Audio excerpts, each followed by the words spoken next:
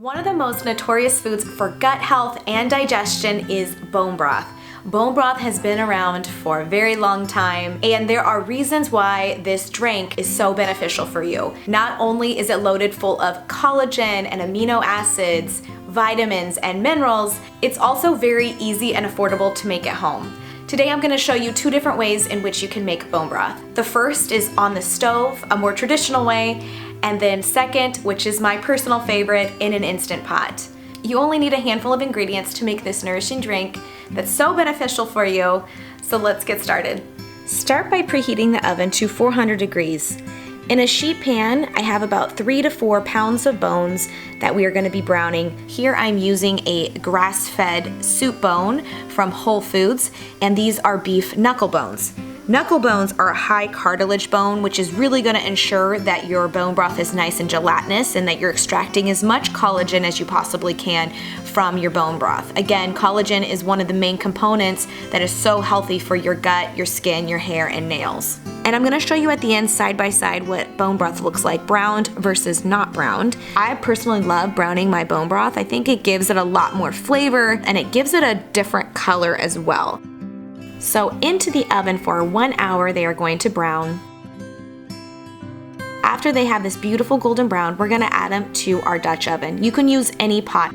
I like to add the drippings from the bones because this gives the bone broth a ton of flavor. I'm just going to pour a little bit of water in the sheet pan just to scrape all of the flavors and bits from the bottom.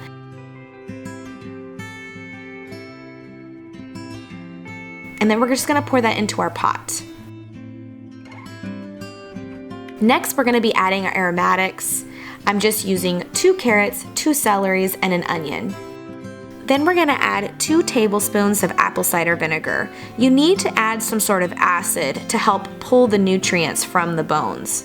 Then we're going to add 2 bay leaves, and I'm going to give the pot a little bit of shake just to even everything out. So then we're going to add our water. We want to make sure that the water is about 1 inch or so from the top of the bone. In order to create a nice thick gelatinous bone broth, you want to make sure you're not adding too much water to your bone broth. I've made that mistake in the past. You want to add about 1 inch above your bones. So we're going to bring our bone broth to a boil, and then we're going to turn it down to low. And what we want are a few of those bubbles rising, as you can see here. The temperature that you want to keep your bone broth at to really extract a lot of those nutrients is a low and slow setting at 180 degrees.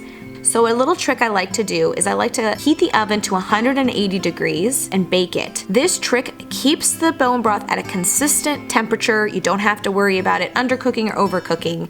And after about 12 to 24 hours, your bone broth is perfectly done. Okay, so to make bone broth in an Instant Pot, we're gonna add about 3 to 4 pounds of bones. This is a 6-quart Instant Pot. And we're also going to add the drippings from the bones as well. Next, we're going to cut up the aromatics. The same thing, I'm adding 2 to 3 carrots, 2 stalks of celery, and a yellow onion. So the minerals that you're getting from the bone broth are actually coming from the vegetables.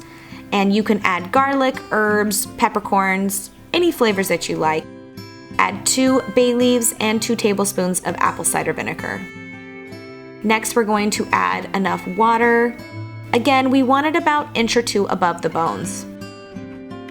Slide your pot into your Instant Pot, and you want to make sure that the valve is turned off and not to let any air escape.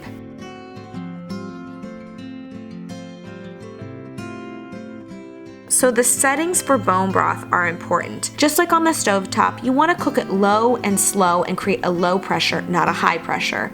So I'm going to hit the soup button. That's going to automatically set it at a low pressure for 200 minutes. And then you're just going to set it and forget it. After it shuts off, it's automatically going to release that air, and in a short amount of time, you have this beautiful bone broth. Alright, so now once my bone broth is done, take all of the vegetables and discard them. Because they're cooked so much, there's really not much you can do with it. I'm going to take my bones and remove it. Depending on the age of the cow, you can actually reuse these bones again. I like to take a real fine strainer and pour it through in just a large bowl. and then I like to just store in my mason jars. You can easily put this in the freezer, and you store this up to a week in the fridge. Bone broth contains proline and glycine, which your body uses to build its own connective tissues. It is also a great source of amino acids, good for digestion and gut health, may support immune function, also supports production of anti-aging molecules. It just helps with joint health, it can help with weight loss, it can help you relax and sleep. It really is such a nutritious and wonderful drink.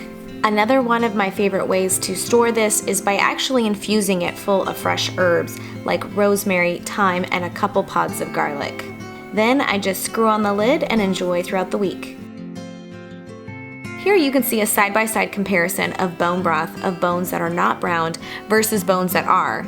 As you can tell by the bones that are not brown, it's obviously lighter in color versus the bones that are. Once the bone broth becomes chilled, it creates this layer on top from the fat called tallow. Tallow is extremely rich in nutrients, and not only does it help you absorb more nutrients from your food, but beef tallow is also rich in vitamin A, vitamin D, EK, and B1, and it reduces inflammation as well. So how I like to drink and enjoy bone broth every day is by taking a few tablespoons and scooping it into a pot and warming it over the stove. I like to add a couple pieces of tallow in there as well. Then I just pour it into a mug, add some sea salt and a little bit of thyme for extra flavor. And then I can just sip and enjoy. Thank you guys so much for watching this video. If you enjoyed it, give it a huge thumbs up. Do not forget to subscribe. I make new videos every single week, and so I'll see you in the next one. Bye.